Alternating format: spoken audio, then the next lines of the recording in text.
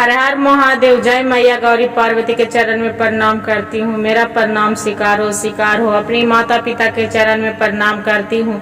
मेरा प्रणाम स्वीकार हो। एक किसान था।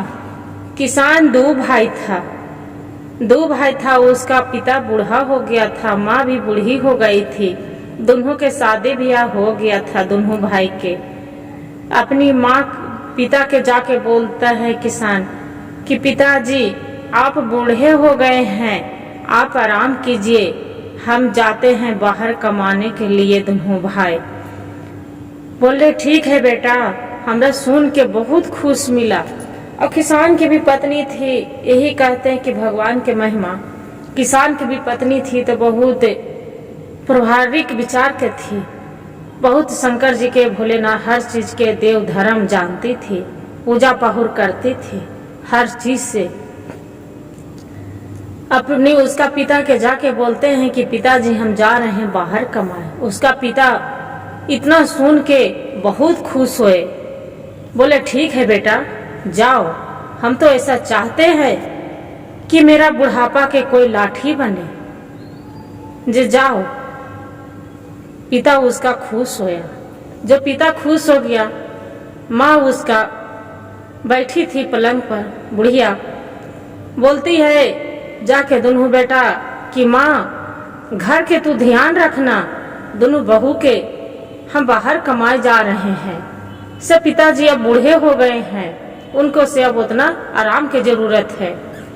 पहले तो बचपन से खिलाए पिलावे किए, रखवे किए, बाकी अब जा रहे हैं, पिताजी आराम करेंगे।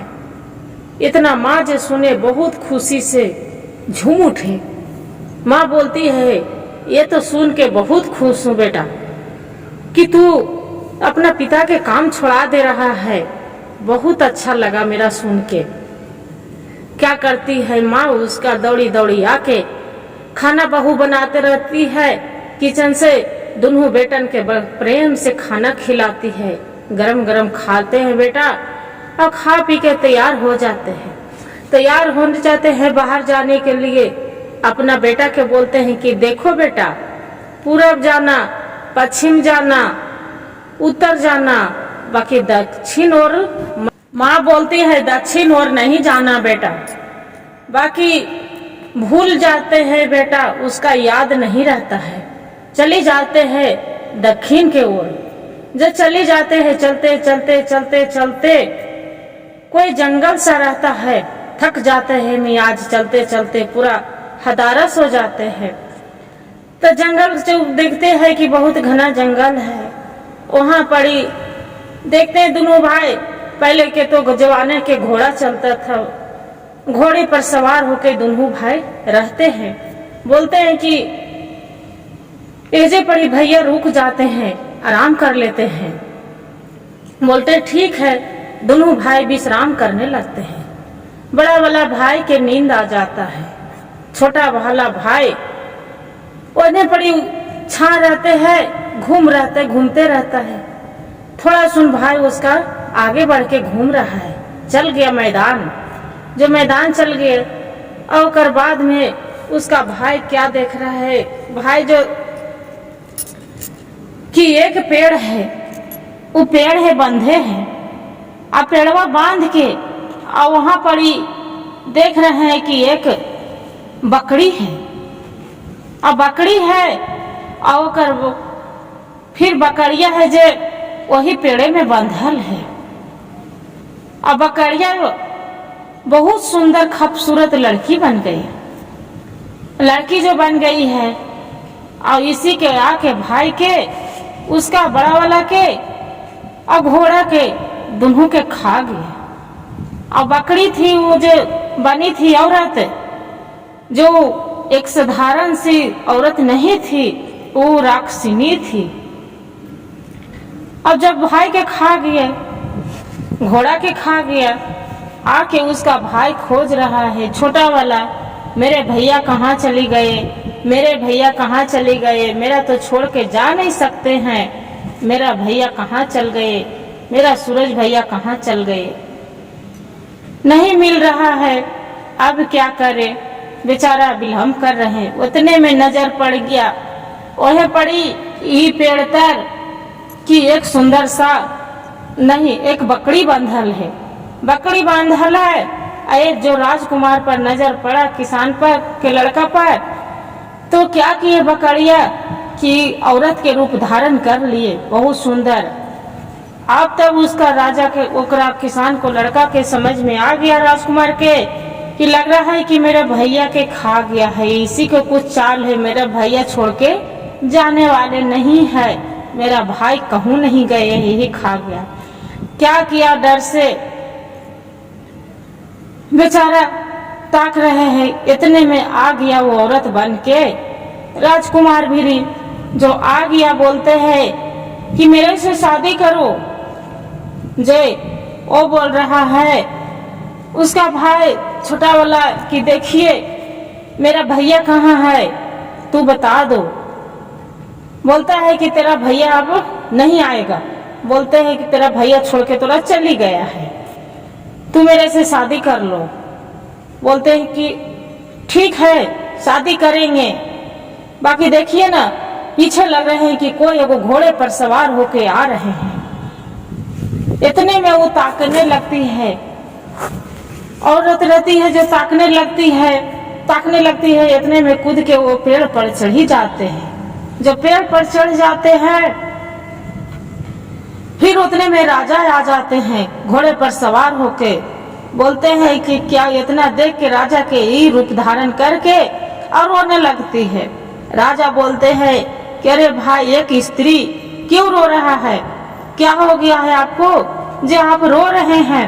राजा देखे उसका तो मोहित हो जाते हैं, सुंदर रहती है देख के उसका खूबसूरती से। बोलते हैं देखिए ना राजा साहब, आपसे हम क्या कहें, मेरा पति है ई। अब बोलते हैं कि आपको नहीं ले जाएंगे, बताइए एक औरत जात हम कहाँ जाएंगे। ये बोलते हैं कि आपको हम नहीं ले जा सकते हैं, कहाँ ले जाएंगे आप ही बताइए। वो बोल रहा है सूरज, उसका सूरज नाम है, बोल रहा है सूरज कि नहीं नहीं राजा साहब, ये झूठ बोल रहा है, ये कोई औरत नहीं है, ये झूठ बोल रहा है, ये मेरा पत्नी नहीं है।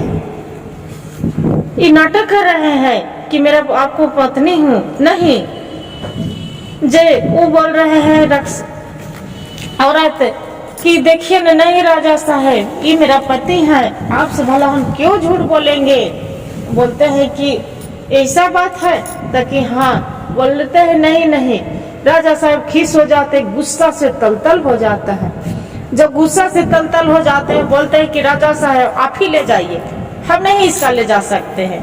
बोलते हैं कि ठीक है, आप जो कहिए दिए, एक स्त्री के बात है तो हमको तो ले जाना ही पड़ेगा। लेके चली जाते हैं, फिर उसका से विवाह कर लेते हैं। जब विवाह कर लेते हैं, वहां पर ही ले जाते हैं घर। उसका कोई भी औरत है तो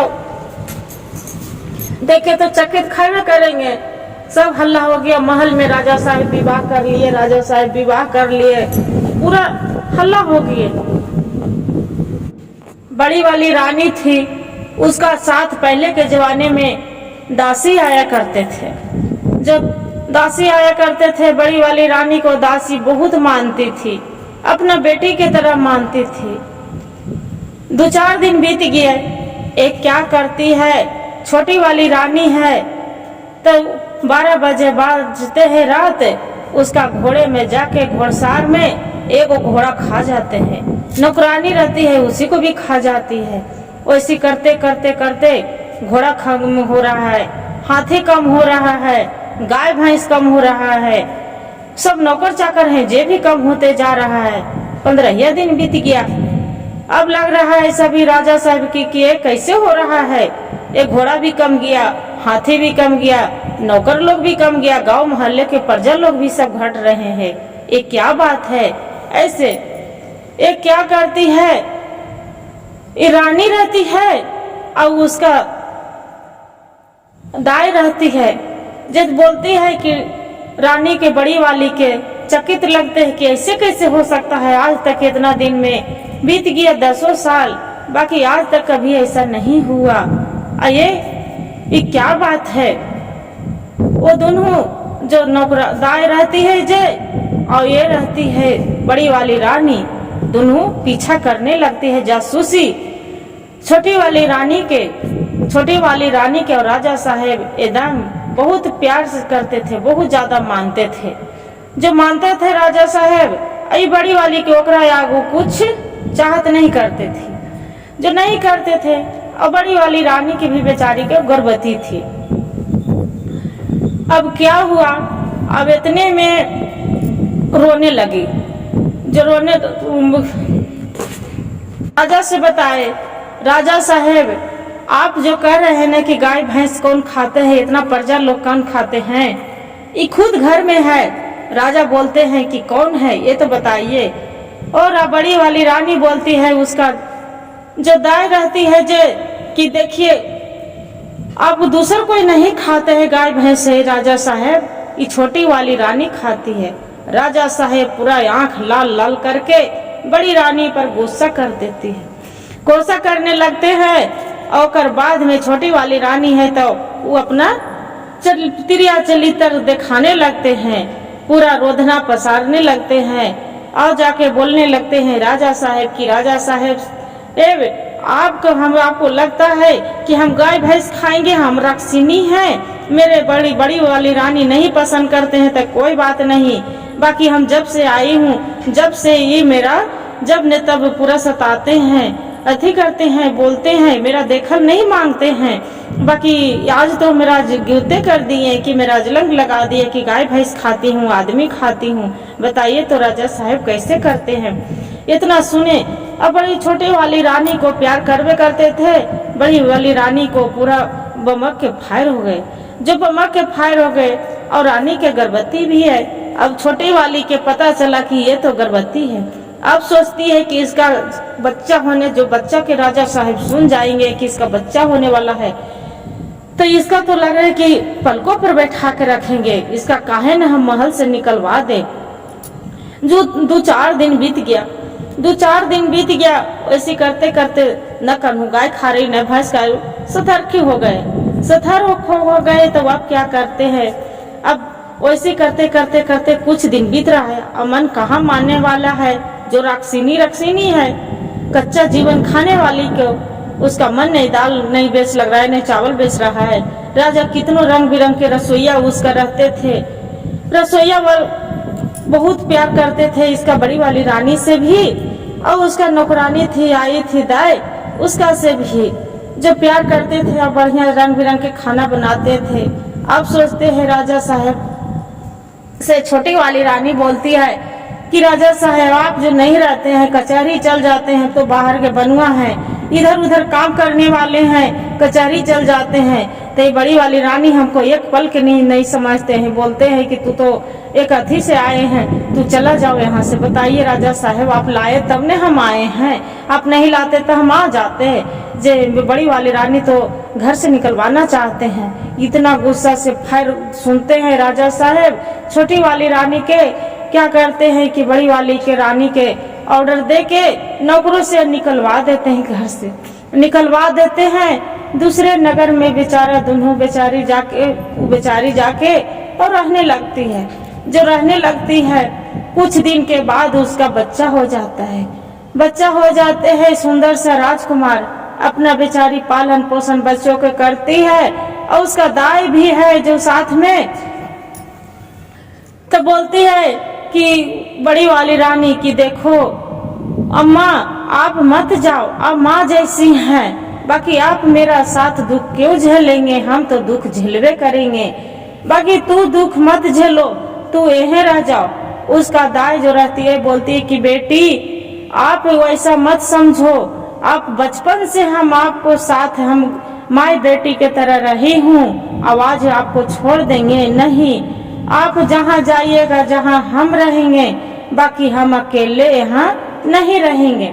दोनों दाई और वो दोनों साथ में बड़ी वाली रानी के निकाल देते, वो भी चली जाती है। वैसे करते करते कुछ दिन बीत जाता है, 9वें महीना उसका लड़का होने लगता है। जो लड़का हो गया, लड़का 7-8 साल के हो गया, 7-8 साल के। आई बेचारी क्या करती है, बड़ी वाली रानी, एक ऋषि मुनि रहते हैं, ऋषि मुनि रहते हैं, वहाँ बड़ी कुटिया रहते हैं। वही कुटिया में ऋषि मुनि के साथ और ऋषि मुनि भी पालन पोषण करने लगते हैं। जो पालन पोषण करते थे और उसी बच्चा भी बढ़िया बढ़िया ज्ञान सिखाते थे, बच्चा के बहुत बढ़िया बढ़िया बुद्धि सिखाते थे। और ऋषि मुनि बोले कि देखिए बेटा, जो राजकुमार बड़ा होने लगा तो बोलते हैं कि देखिए बेटा, जो आपको मानो सारी कहानी बताते हैं कि देखिए बेटा, आपको पिता है, शादी किए हैं, जो एक साधारण औरत नहीं है, एक राक्षसिनी है। राजकुमार वो छोटा सा बच्चा रहता है तो बोलते हैं कि अच्छा ये तो बताइए बाबा, वो कैसे जाएगा मेरा घर से? बोलते हैं ठीक है बेटा, जाएगा, समय आएगा तो वो चला जाएगा। बोलते हैं बाबा कुछ भी तो बताइए। वैसे करते करते 12 साल बीत जाते हैं। जो 12 साल बीत जाते हैं, अरे लड़का सियान हो गया, सियान हो गया तो बोलते हैं कि देखिए बाबा, आप नहीं बताइएगा तो हम खाना पीना त्याग देंगे, आपको बताना ही पड़ेगा उसका में क्या राज है।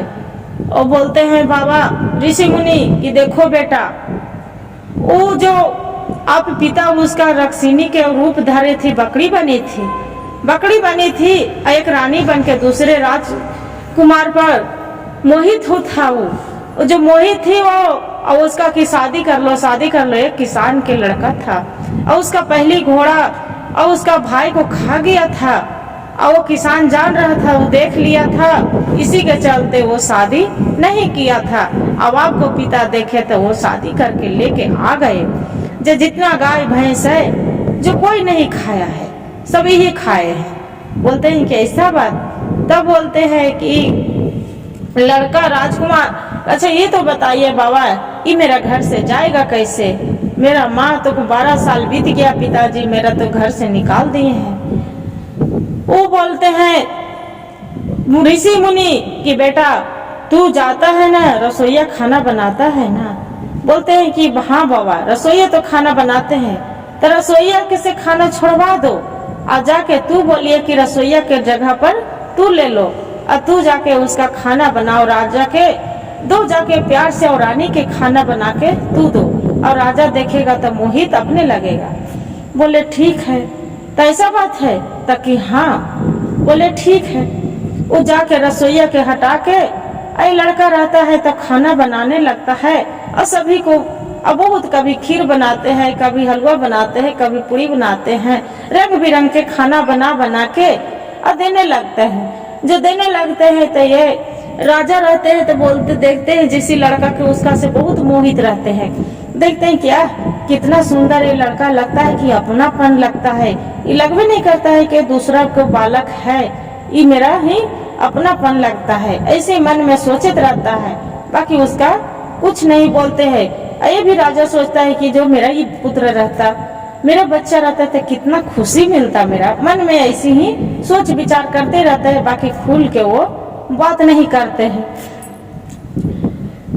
एक दिन के समय की बात है, फिर बोलते हैं राजकुमार बाबा से जाके ऋषि मुनि से कि बाबा अब तो रसोईया वाला काम करने लगे, वो कैसे जाएगा?